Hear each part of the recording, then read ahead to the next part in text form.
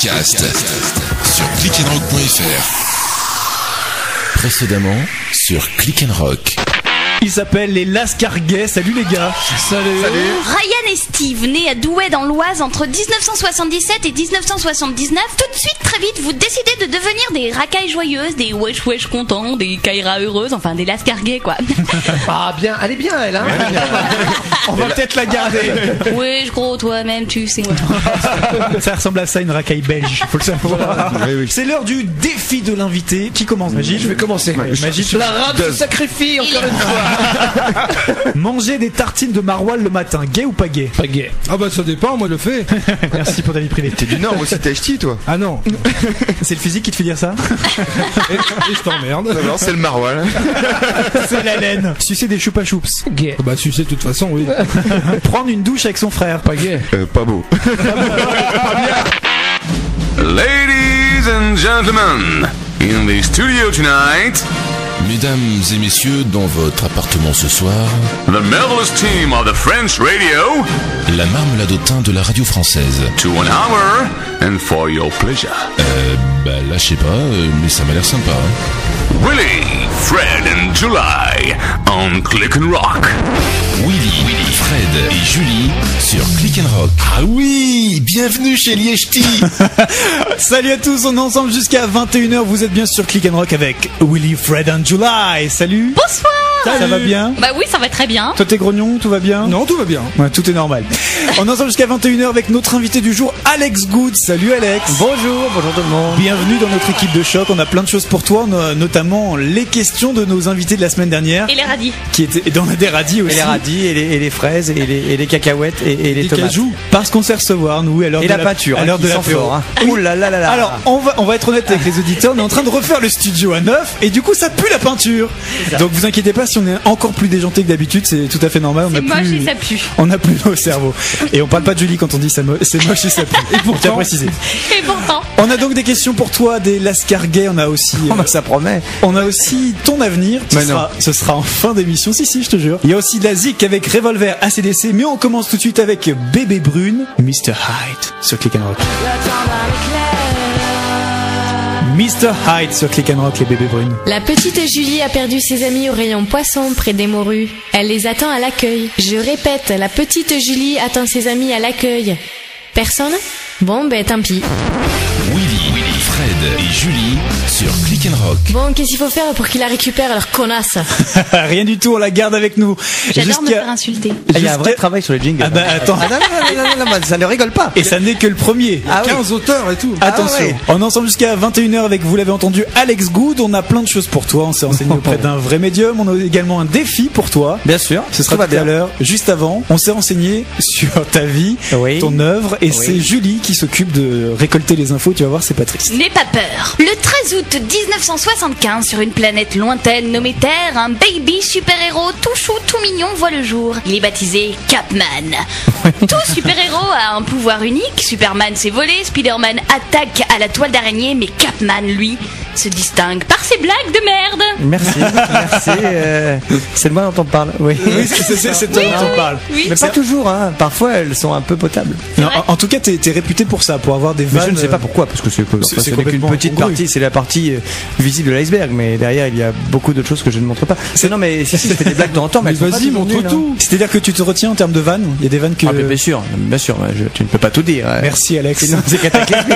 non, je me retiens, mais surtout, voilà, je fais un vrai travail à côté journalistique, et après je distille quelques petites blagounettes pour amuser un peu, parce que sinon on s'ennuie. Bah oui, mais Et- surtout ce soir, n'hésite pas. Hein. Et d'où te vient cette passion pour les super-héros? Ah bah ça c'est tout petit en fait, il y a plein d'explications rationnelles et d'autres moins rationnelles, mais en gros pour résumer, quand je suis petit ma maman se trouvait tellement moche quand elle était enceinte qu'elle a brûlé toutes les photos. Ah, Et donc comme j'étais très jeune dans les super-héros, vraiment je lisais ça dès que j'avais 3 ans, je crois que je regardais des bouquins de super-héros, de Superman, et je me suis dit mais attends, il n'y a aucune trace du fait que ma mère était enceinte, je n'ai pas l'impression de ressembler à mes parents, je pense que je vais à une autre planète. Et du coup j'étais vraiment persuadé, mais jusqu'à très tard, hein, c'était pathologique et un peu inquiétant d'ailleurs, jusqu'à un certain âge, que j'étais Superman, enfin que je venais d'une autre planète quoi. Alors j'ai testé plein de trucs pour voir si j'avais des pouvoirs, tu vois. t'as été acheté de la kryptonite, des trucs comme Non, ça. c'est ça. Difficile à trouver, T'as sauté mais par la fenêtre pour savoir si. j'ai sauté. Je voulais tellement voler que j'étais gardien de but. Voilà, donc je voulais vraiment voler, essayer de trouver des trucs, voir si j'étais super fort, ça ne marchait jamais. Donc tu t'es fait une raison. Et je me suis fait une raison, surtout à 13 ans en fait, parce que après je me suis dit bon, je ne suis pas Superman, je suis un mutant, je suis comme X-Men. Et donc mes pouvoirs vont se déclencher vers 13-14 ans, tu vois, à la puberté. Et là aussi, que dalle à la puberté, rien du tout. D'autres choses sont arrivées, mais pas je suis vraiment allé à l'école en costume Superman, ça c'est vrai. J'avais un costume sous mes vêtements, mais vraiment j'étais fou. Je suis beaucoup plus rationnel aujourd'hui, raisonné et intelligent. Les barreaux de la chemise. On va découvrir ça, ouais. Et donc, en tant que mutant, pour garder ton identité secrète, tu es obligé de créer un faux nom. Oui, parce qu'elle a pris la lecture. J'ai appris à lire hier, c'est pour ça. Un faux nom passe-partout et pourri, il faut l'avouer, Alex Good. Alors, c'est pas tout à fait un faux nom, c'est que c'est mon vrai nom. Ah ouais? Presque. C'est-à-dire que c'est mon presque vrai nom. Si tu prends Alex Good, dans mon vrai nom, il y a marqué Alex et Good. Après, c'est juste que je trouvais ça plus funky, plus groovy, plus stupide. D'accord.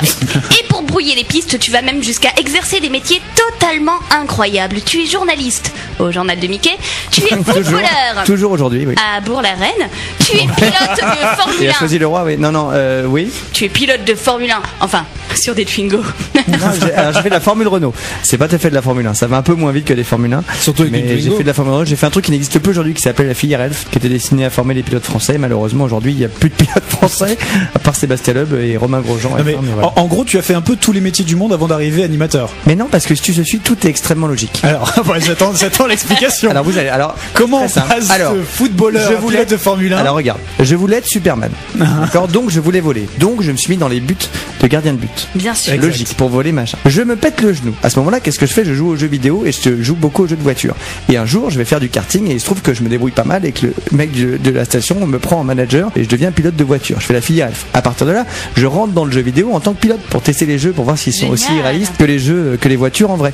Et donc du coup, je vais rejoindre les jeux vidéo au journal de Mickey. Où un jour, Disney Channel a fait un reportage et fait le reportage sur moi parce que c'est le seul jeune du journal de Mickey. Même aujourd'hui, il y a que des vieux. C'est ça qui est génial. Le journal de Mickey est dirigé par des vieux, faut le savoir. Voilà. Mickey, en fait. Et donc du coup, Disney Channel me voit et Julien Borde que tu connais, n'est-ce pas? Parce que tu as bien aussi commencé ne connais pas ce garçon. Sur Disney Channel en même temps que moi il y a un certain temps maintenant. Voilà, ça ne nous rajeunit pas tout ça. Me voit et dit voilà, faut le mettre dans les émissions. Donc télé complètement par hasard et tout par hasard. Donc tout se lit, tout est logique. Tout est logique. On passe de footballeur à animateur télé, sachez-le, tout est possible. Voilà. Oui, mais tu n'es pas comme tout le monde. Tu deviens la tornade de la télévision française, le Joker de la météo, le Hulk de Total Wipeout, le kick-ass des bêtisiers. Et grâce à tout ça, avec Sandrine Cormand, Agathe Le Caron et Stéphane Rothenberg, vous formez les 4 Fantastiques. J'ai jamais vu ça comme ça. Écoute, on va leur en parler. Si c'est les 4 Fantastiques, qui fait la chose? Écoute, non, je vais pas le dire. Allez, balance. Non, je l'aime beaucoup. Je l'aime beaucoup. Ouais. On va faire des, voilà, vous faites par élimination. Vous réfléchissez par élimination chez vous. Et voilà, non, je n'ai rien dit. Tu as fait beaucoup d'émissions. Du coup, est-ce que parce que moi, souvent les gens me disent, je sais qu'il fait la météo. Après, les gens hésitent souvent. Est-ce que le fait de faire plein de choses, parce que j'ai l'impression qu'M6 t'as tellement kiffé que du coup ils t'ont mis un peu sur pas tout et n'importe quoi, mais t'as fait du foot, j'ai fait du foot, t'as fait du divertissement, t'as fait quand même pas mal de choses. Justement, quand j'ai commencé à faire plein de trucs en même temps, ils ont arrêté le foot, puisque le foot ça venait de mon passé de footballeur justement, donc c'était un peu crédible, mais les gens vraiment n'y comprenaient plus rien. C'est-à-dire que là il y a la météo plus sur les terrains de foot et après j'ai commencé le divertissement, donc là ils m'ont dit peut-être arrêter le foot, et après météo et divertissement, si la météo c'est vraiment du journalisme pur, sauf que je rajoute une petite touche un petit peu amusante et rigolote, et puis les divertissements sont venus par hasard aussi.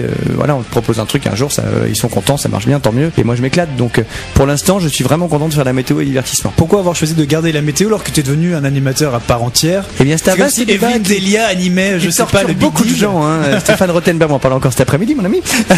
Ça le torture. Non, mais parce que juste ça m'amuse en fait, et que ça me plaît, et que tant qu'on peut s'amuser dans la vie et faire les trucs qu'on peut, voilà, ça m'amuse, donc je continue à le faire tant que ma chaîne est d'accord.